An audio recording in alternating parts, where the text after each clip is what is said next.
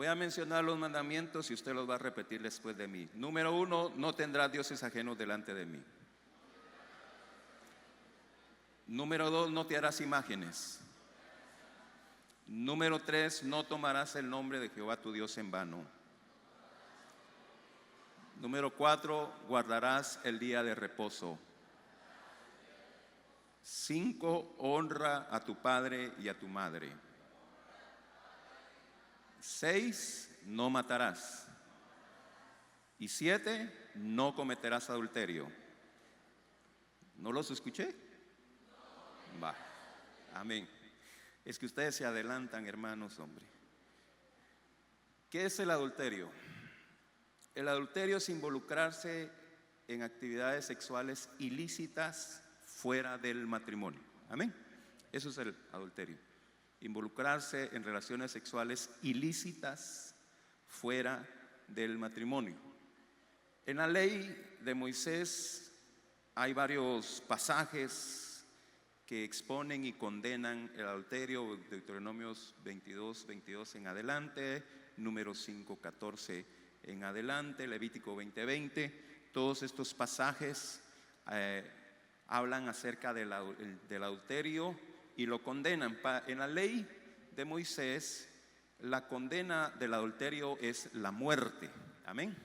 Si usted estudia el adulterio en la ley, la única veredicto para los que cometían el adulterio era la muerte, tanto hombre como mujer. No podemos entrar en muchos detalles en esto, hermanos, porque necesitamos verlo a la luz de la iglesia más que de la ley. Ahora, Dios es el que ha diseñado el matrimonio. Amén. El matrimonio no es una institución política. El matrimonio no es ninguna institución gubernamental. Antes que existieran los gobiernos, antes que existiera la política, ya existía el matrimonio. ¿Por qué, hermanos? Porque el matrimonio es instituido por Dios. Amén. Que la ley, que el gobierno, que la política quiera ingerir en el matrimonio, pues es un error que se está cometiendo hoy en día. Pero Dios es el que diseñó el matrimonio para que un hombre y una mujer, amén, estamos claros con eso, ¿verdad? Un hombre y una mujer convivan en una relación estable y vitalicia. Para los que no sepan qué es vitalicio, significa para toda la vida. Eso es lo que Dios ha establecido en el matrimonio. A nosotros los seres humanos, a diferencia de los animales que actúan por instinto, que los animales regularmente entran en un celo para su reproducción, los seres humanos tenemos razonamiento y tenemos la capacidad de escoger nuestra pareja, amarla, respetarla y convivir juntos por el resto de nuestra vida. Ahora, ¿por qué Dios instituyó el matrimonio?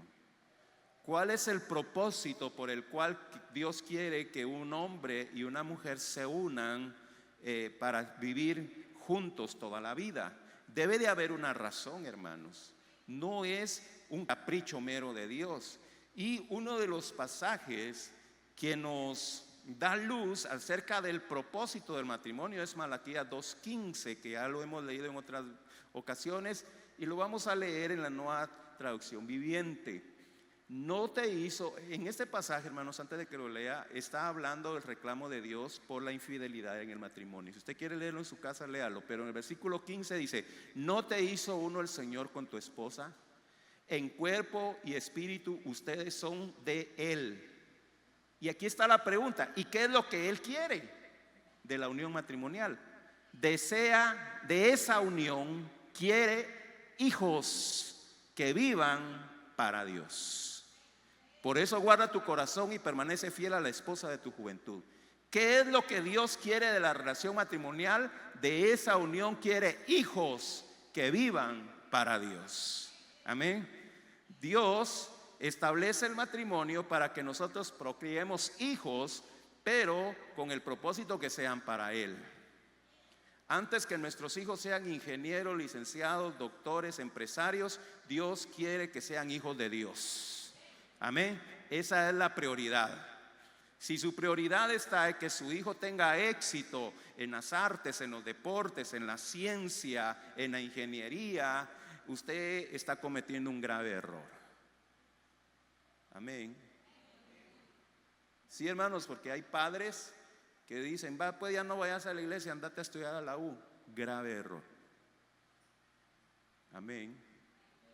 Y no lo digo yo, lo dice la Biblia. Porque Dios quiere hijos, dice, que vivan para Él.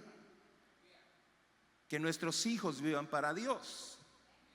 Proverbios 22:6, se recuerda, instruye al niño en su camino, para que cuando fuere viejo, no se aparte de él. De manera, hermanos, que en el ser humano, en la sociedad, en todos los aspectos de la vida, sabemos que la familia es la base de la sociedad. Amén. La familia es la base de la sociedad. Y por eso es muy importante proteger la integridad matrimonial. Amén.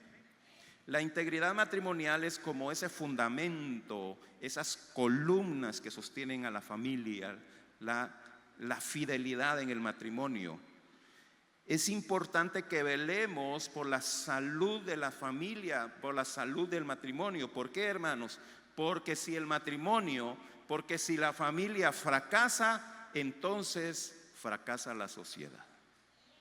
Amén. ¿Tenemos claro eso? Si nuestro matrimonio, nuestra familia fracasa, fracasa la sociedad.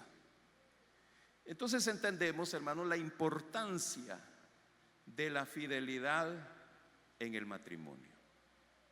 Entendemos la importancia de no cometer adulterio. Entonces, la prohibición de Dios en el 7º mandamiento es: no cometerás adulterio. ¿Quién ordena eso?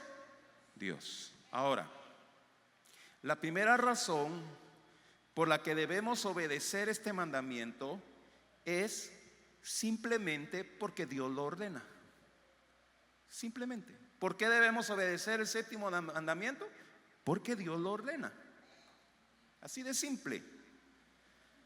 En Romanos 6:16 se nos dice: ¿no sabéis que si os sometéis a alguien como esclavos para obedecerle, sois esclavo de aquel a quien obedecéis, sea el pecado para muerte o sea de la obediencia para justicia?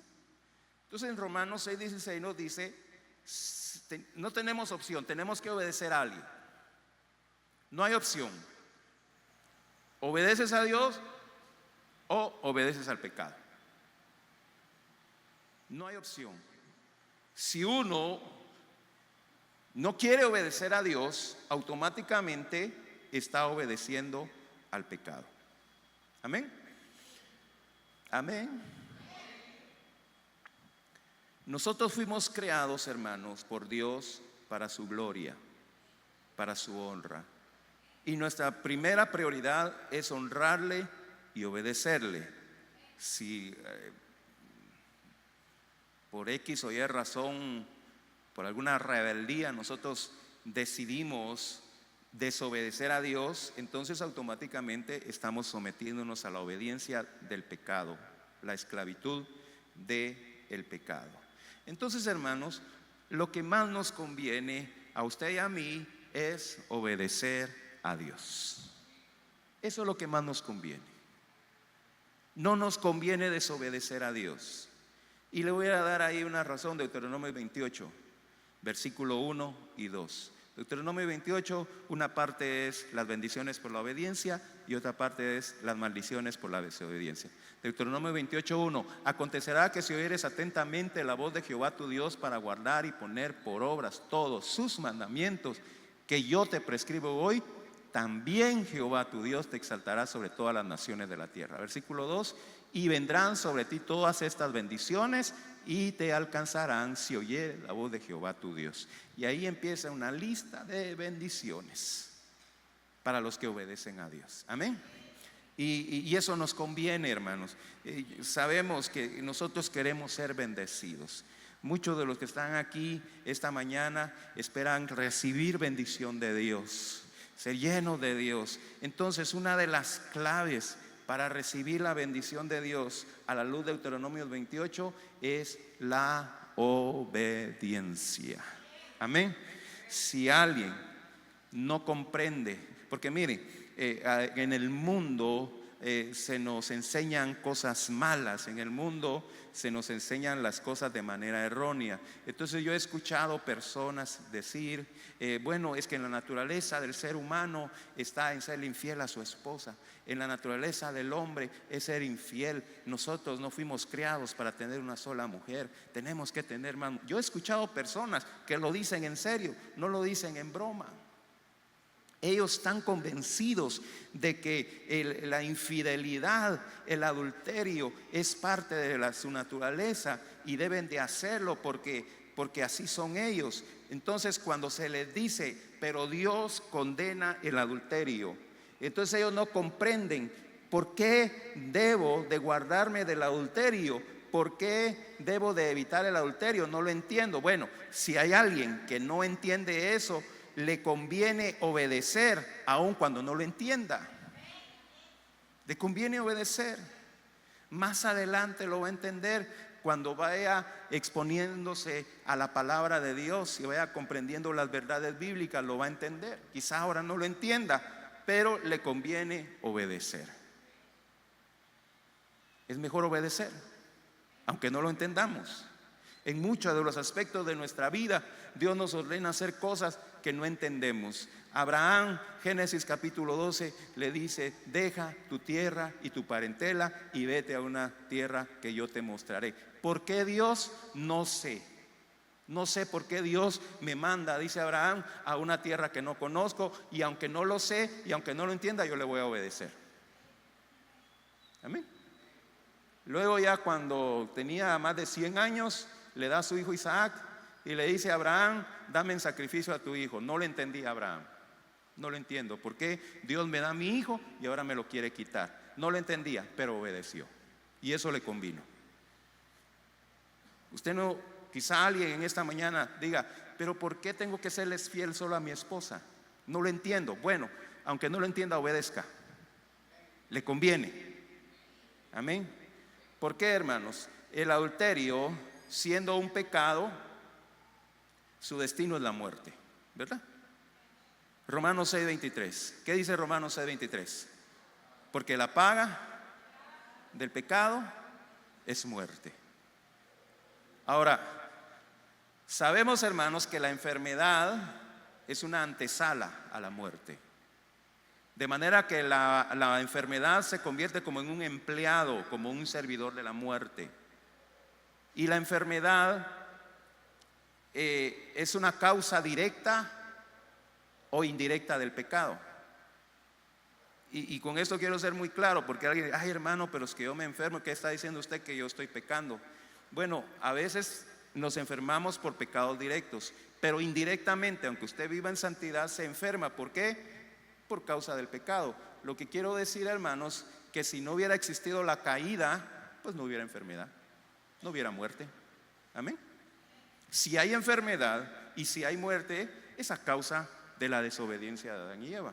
Entonces la enfermedad viene a ser una causa directa o indirecta del pecado. A principios de los años 80 apareció una enfermedad muy terrible, y me refiero a la enfermedad llamada SIDA.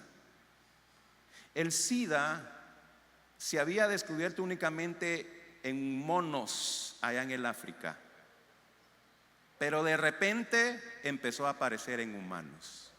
Y la pregunta es: ¿por qué?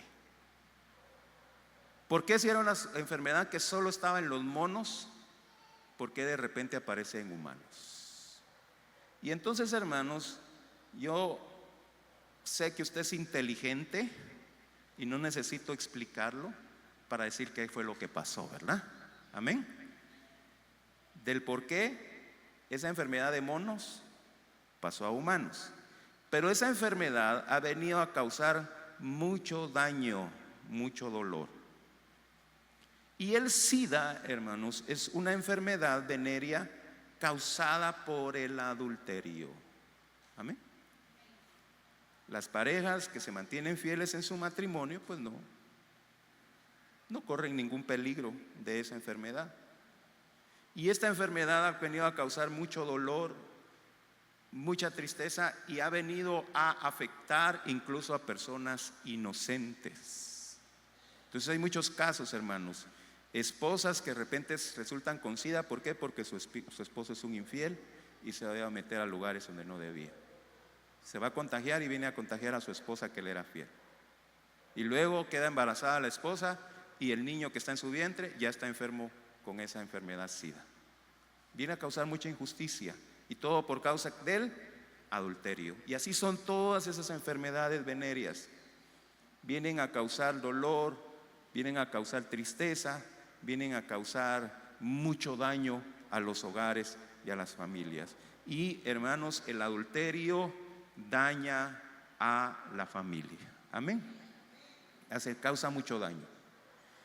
En Proverbios 6, versículos 32 y 33. Mas el que comete adulterio es falto de entendimiento. Corrompe su alma el que tal hace. Heridas y vergüenza hallará, y su afrenta nunca será borrada. Y cuando la Biblia dice su afrenta, se refiere a su vergüenza, su deshonra, nunca será borrada. El adulterio viene a ser una marca, no en el espíritu, porque en el espíritu la sangre de Cristo limpia todo pecado, en el alma. No solo de la persona que comete el adulterio, sino de su cónyuge a la que le ha sido infiel. Causa una herida, un dolor, que eso no se borra. Entonces por eso hasta se hacen chistes, ¿verdad, hermano? Se hacen chistes que ya tienen 50 años de casado y todavía la esposa le recrimina. ¿Te acordás que hace 40 años me fuiste infiel? ¿Por qué, hermano? Eso es lo que dice aquí el Proverbio 6:32. Dice: corrompe su alma el que tal hace, herida y vergüenza hallará, y su afrenta nunca será borrada. Amén. El adulterio es un daño. El adulterio no es un pequeño tropiezo como algunos pretenden creer. El adulterio es un grave error que causa mucho daño a la familia. Amén. El adulterio es la causa de que se destruyan los hogares. El adulterio es la causa que los hogares no vivan felices. Hay desconfianza, hay sospecha, los celos, esos celos malignos relucen cuando hay adulterio en el matrimonio. Es decir, hermanos, el poquito placer que pueda proporcionar el adulterio no es nada comparado con el grave daño que causa. Amén. Hace unos tiempo atrás estábamos en una reunión de pastores y hablábamos precisamente de ese tema, y me decía uno de los pastores, o la esposa de un pastor, me decía: hermano, una hermana de la iglesia fue a hablar conmigo y ella pues me confesó que le había sido infiel a su esposo, pero su esposo no sabe nada, solo me lo confesó a mí. Entonces ella se reconcilió conmigo y oré por ella, pero no se lo confesó a su esposo. Entonces esta hermana ha vivido con esa angustia que le tiene oculto algo a su esposo. El esposo no sabe nada, pero ella vive con esa angustia, ella vive con esa pena, y esa pena únicamente podría quitársela si platica honestamente con su cónyuge. Amén, ¿verdad? Pero el proverbista es claro y dice: el adulterio es una afrenta que nunca será borrada. Pero eso estamos hablando, hermanos, en nuestro cuerpo, en nuestra alma, ¿Qué pasa con nuestro espíritu? Porque el adulterio no solamente causa daño en lo material, sino corrompe el espíritu de la persona. Vayamos a 1 Corintios capítulo 6, versículo 15 al 20. 1 Corintios capítulo 6, versículo 15 al 20. Mire lo que dice la palabra de Dios. ¿No sabéis que vuestros cuerpos son miembros de Cristo? Quitaré pues los miembros de Cristo y los haré miembros de una ramera. De ningún modo. ¿O no sabéis que el que se une con una ramera es un cuerpo con ella? Porque dice, los dos serán una sola carne. Pero el que se une al Señor, un espíritu es con él. Huid de la fornicación. Cualquier otro pecado que el hombre comete está fuera del cuerpo, mas el que fornica contra su propio cuerpo peca. ¿O ignoráis que vuestro cuerpo es templo del Espíritu Santo, el cual está en vosotros, el cual tenéis de Dios, y que no sois vuestros?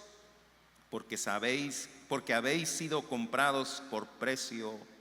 Glorificad pues a Dios en vuestro cuerpo y en vuestro espíritu, los cuales son de Dios. Lo que nos dice el apóstol Pablo aquí en 1 Corintios 6 es que cuando entregamos nuestra vida a Cristo Jesús, somos unidos al cuerpo de Cristo, ¿verdad? Venimos a ser parte del cuerpo de Cristo. Cristo está en nosotros y nosotros estamos en Cristo. Cristo es la cabeza, nosotros somos el cuerpo.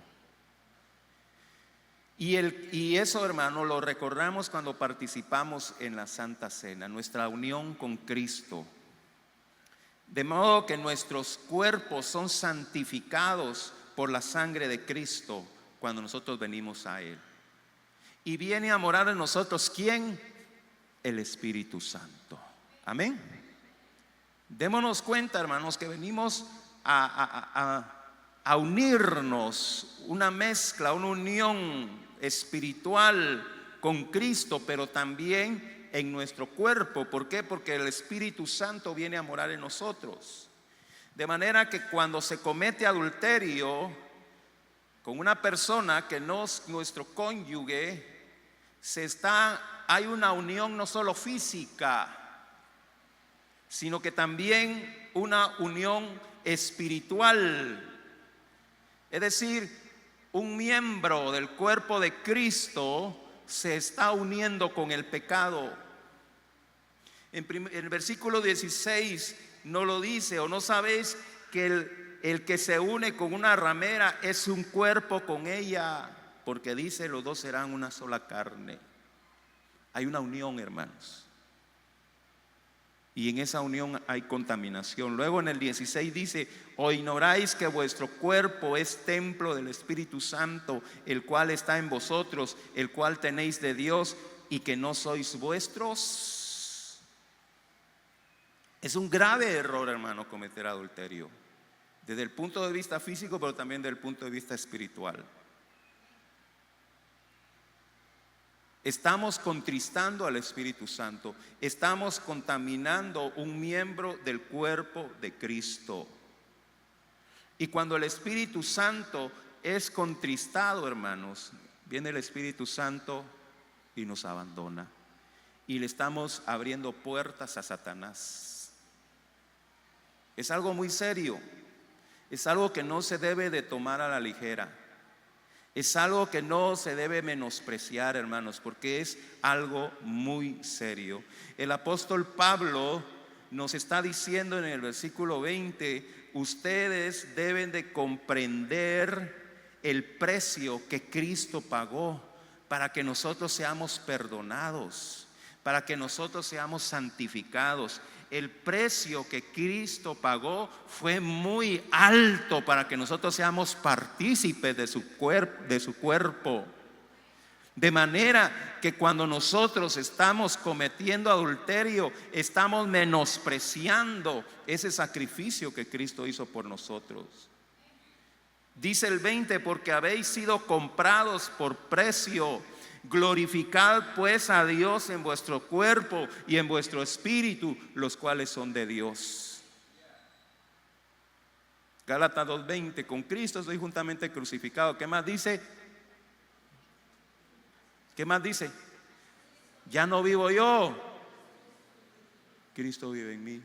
Ya no somos de nosotros, somos de Él. Es una falta grave tomar algo que le pertenece a Cristo y entregarlo al pecado. Ahora, debemos entender que el adulterio se comete tanto si se está conviviendo con el cónyuge como si están separados. ¿Amén? Es decir, vivimos con nuestro cónyuge y uno de los cónyuges comete una falta relacionándose con una persona fuera del matrimonio. Pero también se comete adulterio cuando por cualquier causa se separan los esposos y el esposo se va a vivir a un lado y la esposa se va a vivir a otro lado sin divorciarse. Amén. ¿Me está escuchando? Sin divorciarse. Se pelearon. Yo me voy para allá y vos te vas para allá y siguen casados pero sin divorciarse. Pero viene el hombre y se junta con otra mujer y viene la mujer, se junta con otro hombre. Ahí se está cometiendo adulterio. Amén.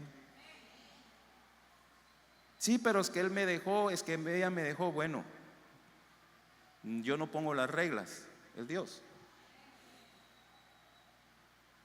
Mientras estemos casados, mientras haya un contrato matrimonial, no se puede relacionar íntimamente con otra persona, aun cuando haya separación.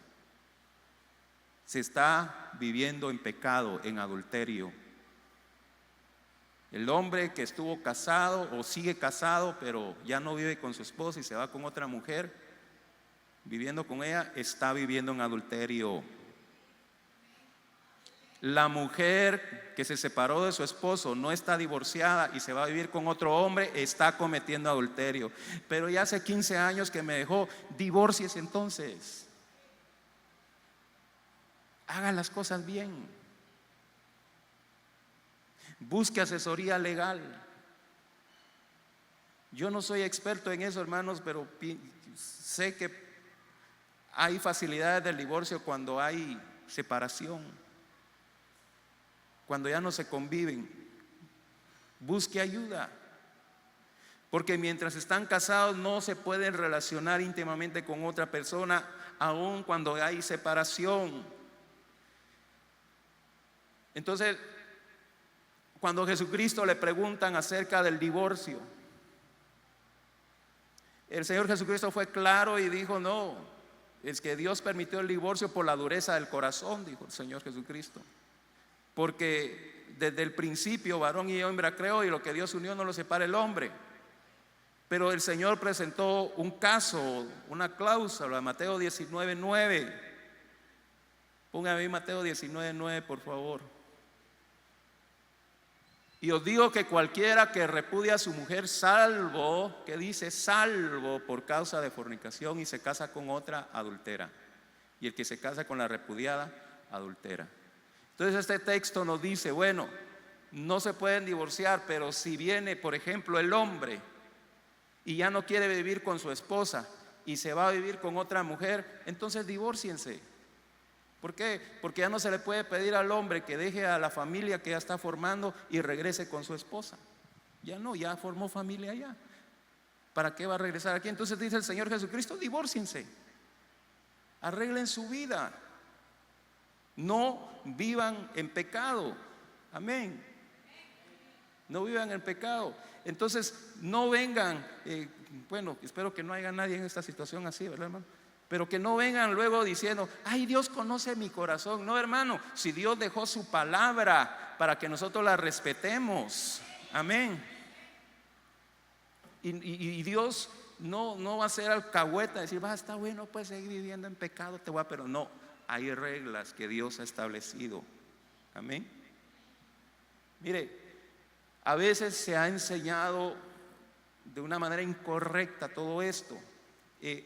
Hace un par de años atrás, una persona que venía a la iglesia, lo había abandonado su esposa desde hacía muchos años, y después de tantos años de ya no vivir juntos, la esposa lo llamaba y le decía: mira, dame el divorcio, dame el divorcio. Y él le decía: no, yo soy cristiano y a mí se me prohíbe divorciarme. Entonces él me llama y me dice: pastor, ¿qué hago? A mí me enseñaron de que yo no me puedo divorciar. ¿Qué hago? Y ella quiere que divorcie. Entonces, ayúdame ahí, Luis, por favor, búscame 1 Corintios 7:15.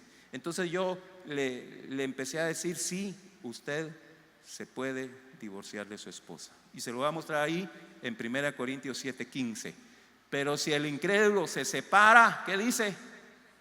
Sepárese.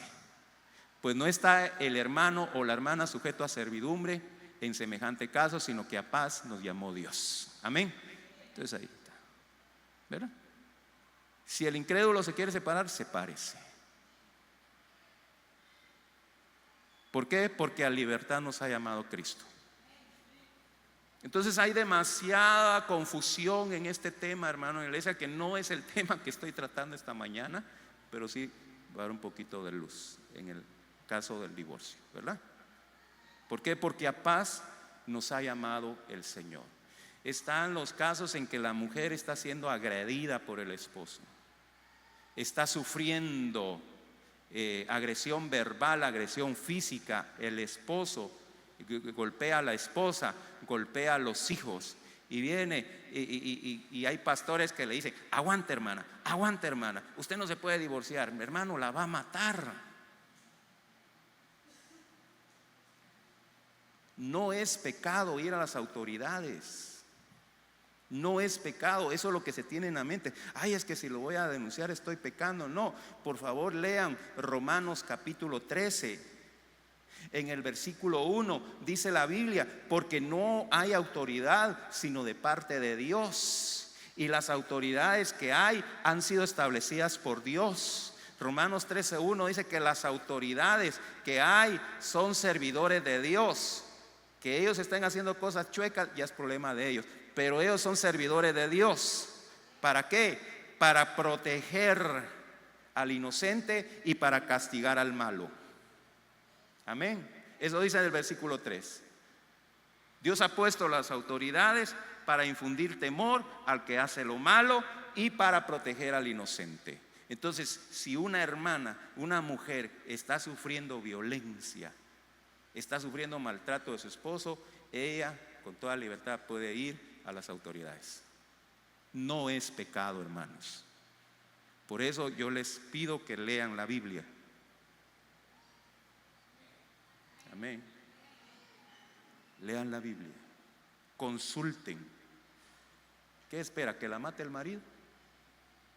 ¿Que mate a uno de sus hijos? Amén. Como le digo, no es lo que estamos predicando sobre el adulterio, pero bueno, viene ahí a relacionarse.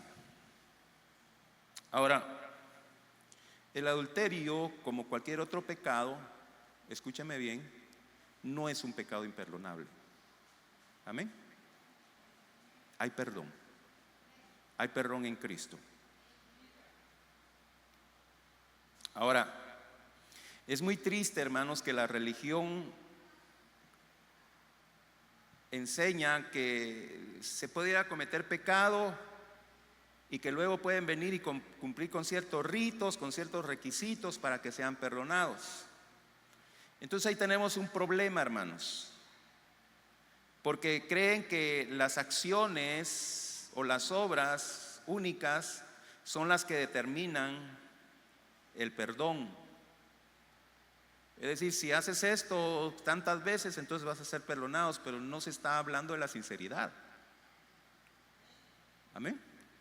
¿Han escuchado ustedes el dicho que dice: el que reza y peca empata? Pero ese dicho es muy superficial, hermanos, porque está diciendo: ¿sabes qué? Puedes irte a portar mal, anda, pórtate mal, y ya mañana vas y cumplís con lo que te dice el líder religioso y ya sos perdonado. y piensan que con cumplir ciertos ritos sin sinceridad hay perdón. No, están totalmente equivocados. Porque en primer lugar, escúcheme bien, la persona nacida de nuevo no se deleita en el pecado. La persona nacida de nuevo no está pensando en ir a pecar para luego ir a pedir perdón. Amén. 2 Corintios 5:17, de modo que si alguno está en Cristo, nueva criatura es. Las cosas viejas pasaron, todas son hechas nuevas. El que es nacido de nuevo no está pensando, me voy a portar mal el sábado y el domingo voy a llegar a la iglesia para que Dios me perdone. Esa persona no es nacida de nuevo. ¿Y por qué digo esto, hermanos? Porque puede ser que haya alguien que diga, bueno, me voy a echar un mitirito fuera del matrimonio y después le voy a venir a pedir perdón a Dios. Así no funciona.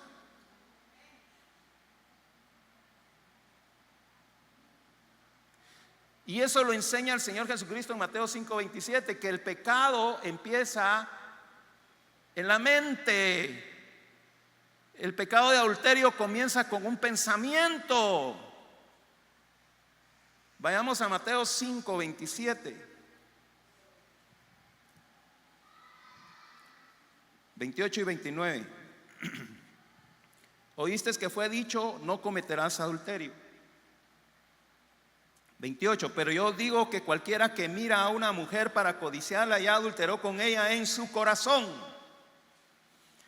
Por tanto, si tu ojo derecho te es ocasión de caer, sácalo y échalo de ti, pues es mejor, pues mejor te es que se pierda uno de tus miembros y no que todo tu cuerpo sea echado en el infierno. Entonces se creía antes del Señor Jesucristo, bueno, el pecado es cometer adulterio, pero yo me puedo deleitar en mi imaginación estarme metiendo con otra mujer. Eso se creía antes, ¿verdad? Pero viene el Señor Jesucristo y le dice, ustedes ya leyeron que dice no cometerás adulterio. Sí, ya lo oímos, Pero ustedes saben, le dice el Señor, que cualquiera que mira a una mujer para codiciarla, ya adulteró con ella en su corazón. Por eso, hermano, la pornografía es pecado. Amén. Así que si hay alguien aquí que está viciado con la pornografía, en el nombre de Jesús, arrepiéntase y renuncia a eso. No le hago daño a nadie, dice. Sí, se está haciendo daño a usted. El pecado de adulterio comienza con un pensamiento, y si se le da lugar, si se deja que ese pensamiento se incube en la mente, va a llegar a consumarlo. Entonces, hermano, es mentira que diga, ¿y por qué te enredaste con esa mujer? ¿Por qué te enredaste con ese hombre? Ay, no, es que solo pasó, dicen. Fue sin querer, solo pasó y de repente. No, hermano, ellos lo planearon en su mente de hace mucho tiempo atrás. Que no me vengan con ese cuento. Ya se andaban buscando como animales en celo.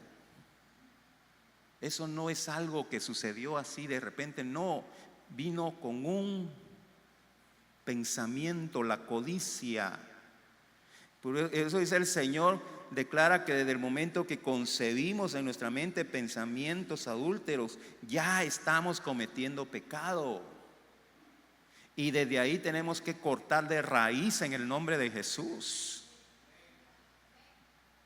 Si a un hombre viene una mujer y le empieza a ser atento, ay, mire, le traje unas sus tortillitas con queso. Ay, mire, para que coma. Desde ese momento usted tiene que poner su pared. Amén. Si el hombre llega, ay, qué bonito su pelo, qué bonito sus ojos, no le han dicho que cuando amanece se mira hermosa. Desde ese momento ponga su pared en el nombre de Jesús. No le dé lugar al diablo. No juegue con el pecado. ¿Por qué, hermanos? Porque todo empieza con un pensamiento. Y antes que cause más daño, debemos de cortar. rendir nuestra mente a Cristo. Rendir nuestra mente a Cristo y romper con eso, hermano. Mire, el diablo es asqueroso, que el Señor lo reprenda. Y anda viendo cómo le traba canía. Pero si a un hermano o alguien en su debilidad ha caído, déjeme decirle que en Cristo hay perdón. En la ley, el adulterio se pagaba con la muerte. Si un hombre o una mujer eran encontrados en adulterio, debían de sacarlos públicamente y los apedreaban hasta matarlo. Por eso usted lee en la historia de Juan 8 que una mujer fue sorprendida en adulterio y los líderes, queriendo tentar a Jesús, le dicen: bueno, Señor, ¿qué? La ley dice que la matemos, ¿qué dices tú? Y después de último el Señor le dice, versículo 10, enderezándose Jesús y no viendo a nadie sino a la mujer, le dijo: mujer, ¿dónde están los que te acusan? Bueno, antes de eso, ¿se recuerdan? El Señor le dice: el que se crea libre de pecado, que tire la primera piedra.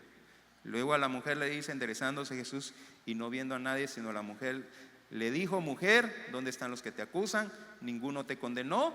Ella dijo: ninguno, Señor. Entonces Jesús le dijo: ni yo te condeno, vete y no peques más. En Cristo hay perdón. Amén. Jesucristo venía a establecer la gracia, y en la gracia hay perdón. Pero hermanos, cuando nosotros pedimos perdón, debemos hacerlo con sinceridad. Debemos hacerlo con honestidad. Porque solo el acto de venir a arrodillarse y echarse un par de lágrimas de cocodrilo sin realmente sentirlo en el corazón, eso no funciona. Eso no funciona. El religioso le va a decir: haga tal cosa, hágala tantas veces, váyase de rodillas de aquí para allá, y entonces va a alcanzar perdón. Eso hago, bueno, lo hago, lo hacen, pero sin sinceridad. Ahí no hay perdón, porque lo que Dios mira es el corazón. Amén. Lo que Dios mira es el corazón, y debe de haber un arrepentimiento sincero. Hermanos, el placer que da el adulterio es tan pequeño y tan pasajero que no conviene que destruyamos nuestra vida por eso. El Proverbios habla mucho del adulterio, y solo quiero que leamos unos versículos del capítulo 7, el 22 al 23. Proverbios 7, 22 y 23. Ahí en Proverbios 7 se nos narra de un joven que está siendo seducido por una mujer adúltera, y lo lisonjea y le dice palabras bonitas, y ella está bien arreglada y perfumada, y le dice: te estaba esperando, mi amor. Y al fin lo convence, y mire lo que dice el 22: al punto se marchó tras ella. ¿Qué dice?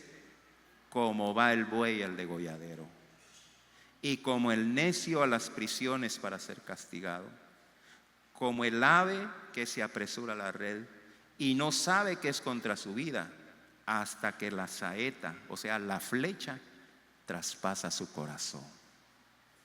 En el adulterio, hermanos, hay dolor. En el adulterio hay muerte. Y no solamente para la persona que lo comete, sino para cualquiera que esté involucrado sentimentalmente. Amén. Ahora,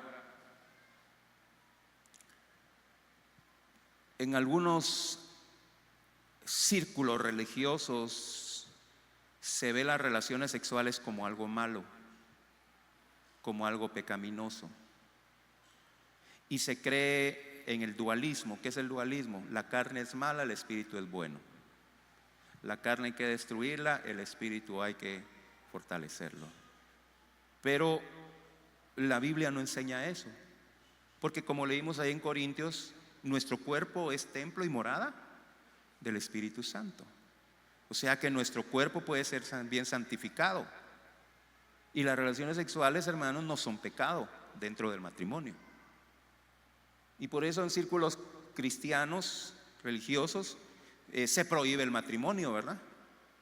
No, los líderes no pueden casarse. ¿Por qué? Porque miran las relaciones sexuales como como malo, pero no es malo. Dios ha permitido las relaciones sexuales para que las disfrutemos dentro del matrimonio.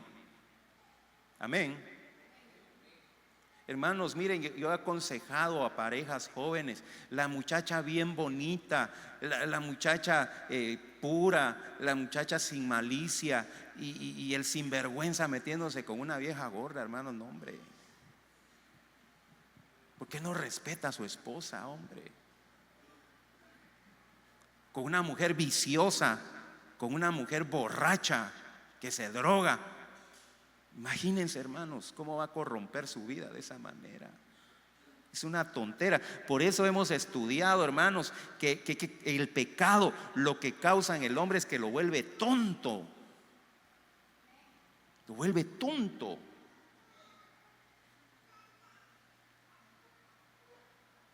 Bueno, tal vez no es la palabra conformarse, pero seamos fieles pues al matrimonio. Mire lo que nos dice Proverbios 5, versículo 15 al 20. Ya está ahí, ya. Bebe el agua de tu misma cisterna y los raudales de tu propio pozo. Versículo 16. Se derramarán tus fuentes por las calles y tus corrientes de agua por las plazas. Ese es el adulterio. Versículo 17. Sean para ti solo y no para los extraños contigo. Sea bendito tu manantial y alégrate con la mujer de tu juventud. Como sierva amada y graciosa gacela, sus caricias te satisfagan en todo tiempo y en su amor recréate siempre. ¿Y por qué, hijo mío, andarás ciego con la mujer ajena y abrazarás el seno de la extraña? Entonces Proverbios 5 nos dice: deleítate con tu matrimonio, con tu esposa, que te satisfagan tus caricias. ¿Cómo vas a derramar tu intimidad por las calles como agua? No, sean solo para ti. Bebe de tu propio manantial. Alégrate con la mujer de tu juventud. Seamos fieles en el matrimonio. ¿Por qué? Porque daremos cuenta delante del Señor. Hebreos 13:4 nos dice: honroso sean todo el matrimonio y el hecho sin mancillas, pero a los adúlteros y fornicarios los juzgará Dios. Amén. Ese es el consejo de la palabra de Dios. Pero vuelvo a reiterar, si en algún momento de debilidad se ha fallado, hay perdón en Cristo Jesús. Hay restauración en Él. Isaías 1:18: venid luego, dice Jehová, y estemos a cuenta. Si tus pecados fueren como la grana, como la nieve serán emblanquecidos. Y si fueren rojos como el carmesí, que dice, vendrán a ser cual blanca lana. Amén. Hay esperanza en Cristo Jesús. Hay restauración en Cristo Jesús. Puede haber restauración matrimonial en Cristo Jesús. El adulterio no es un pecado imperdonable. Hay perdón. Se puede volver a empezar, hermanos. No podemos nosotros creer como muchos piensan: Dios ya no me perdona, yo ya no soy digno, ya no soy digna. No, esa es mentira del diablo. Hay perdón en Cristo Jesús. Póngase de pie, iglesia. Póngase de pie.